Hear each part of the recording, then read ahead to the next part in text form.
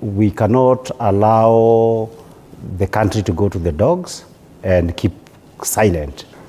So the issue of the legality of the BBG government, I think that needs to be addressed.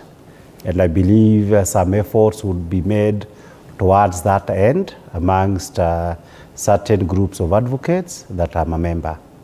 There is also the question that moving forward and politically, we need to exert some pressure on Raila Odinga and together with other legacy politicians, because the issue is you did very well for this country in the past, and you did well to fight for the current constitution.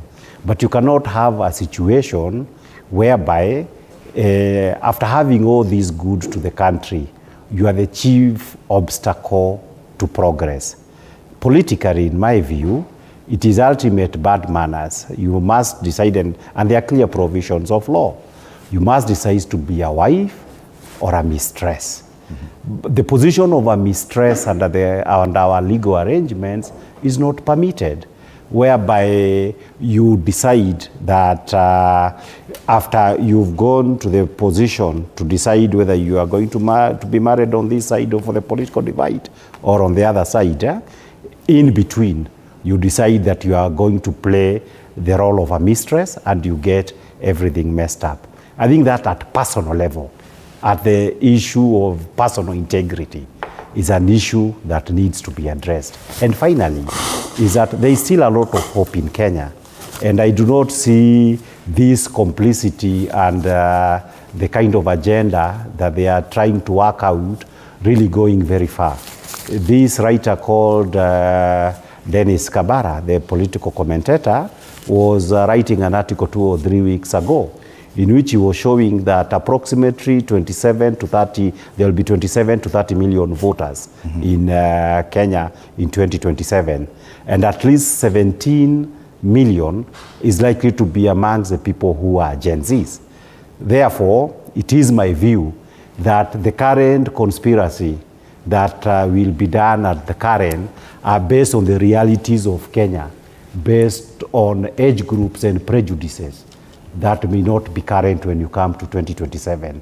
Therefore, the challenge to me is that those young people to whom the future belongs to must ensure when all these legacy politicians come together, you get a way to ensure that you have the decisive vote and you get rid of them both at Parliament, County Assembly, and particular. Kibe Mungai, a constitutional lawyer and a political commentator, has expressed a strong view about the recent development in politics and sports in Kenya.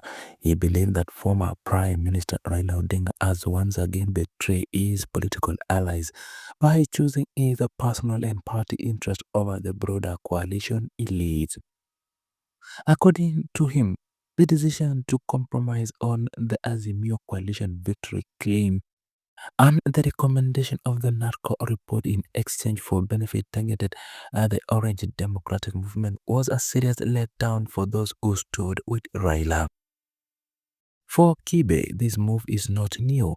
He sees a pattern where Raila Odinga repeatedly sacrificed the larger good of his allies in order to secure immediate gains for himself and his party. He viewed this as a habit of betrayal that has cost many of Raila's supporters opportunities they had hoped for. The Azimio coalition, which brought together several parties to challenge President Ruto in the last election, was built on unity and trust.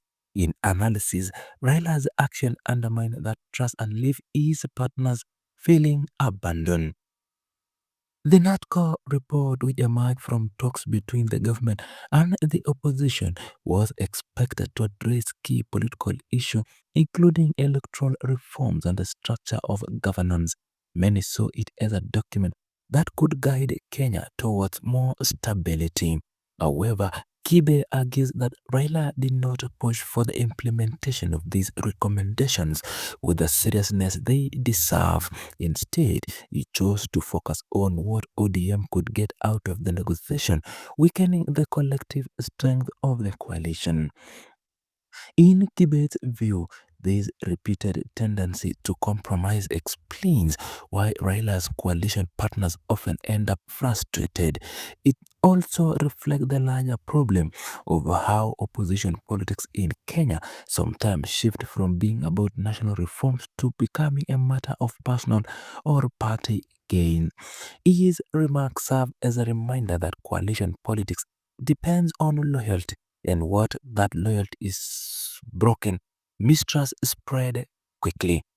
Beyond politics, debate also address how the government has handled sports, particularly the recent recognition of Harambee Stars and other athletes.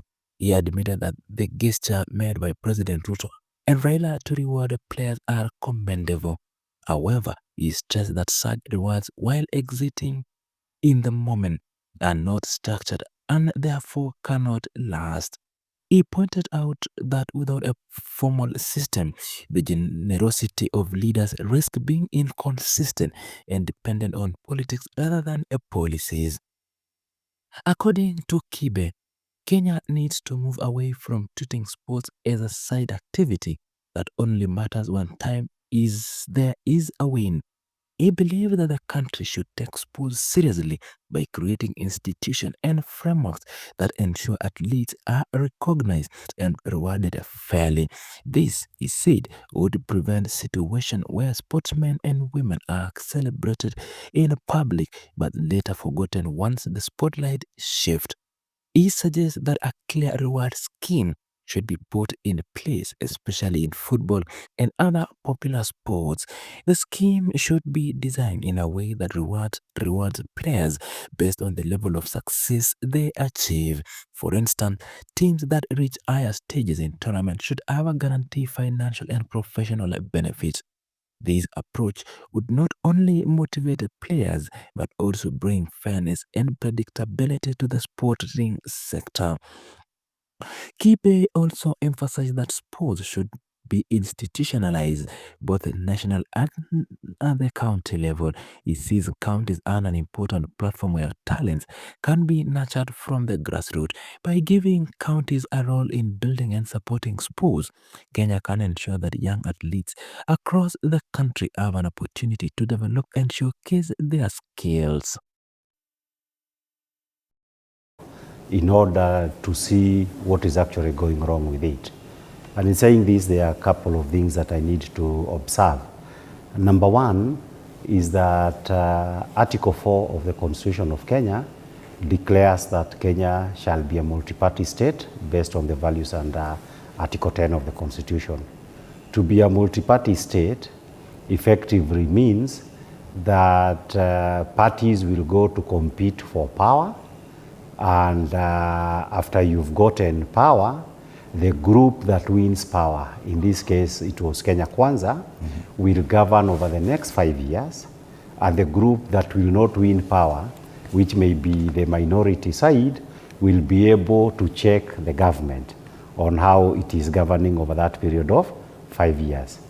Clearly, the fact that you have now the broad-based government, it effectively means that that requirement of the Constitution of lawful government is not met by the broad-based government, because you have a situations whereby ODM has taken all the minority seats effectively, all the most important ones, and Kenya Kwanza and largely UDA have the majority sides. So that at the level of political accountability, which was the main gain of multi-party democracy, Kenya is no longer being governed as a multi-party state. The BBG, a broad-based government, is for practical purposes one-party government, because now Raila and Ruto are basically one party, who have captured all the institutions of the state, and particularly parliament, and now the rest of the people who ought to be having certain positions, like in order to be able to hold the government responsible, have nothing institutionally to be able to bring the government to account. And for me, that's a major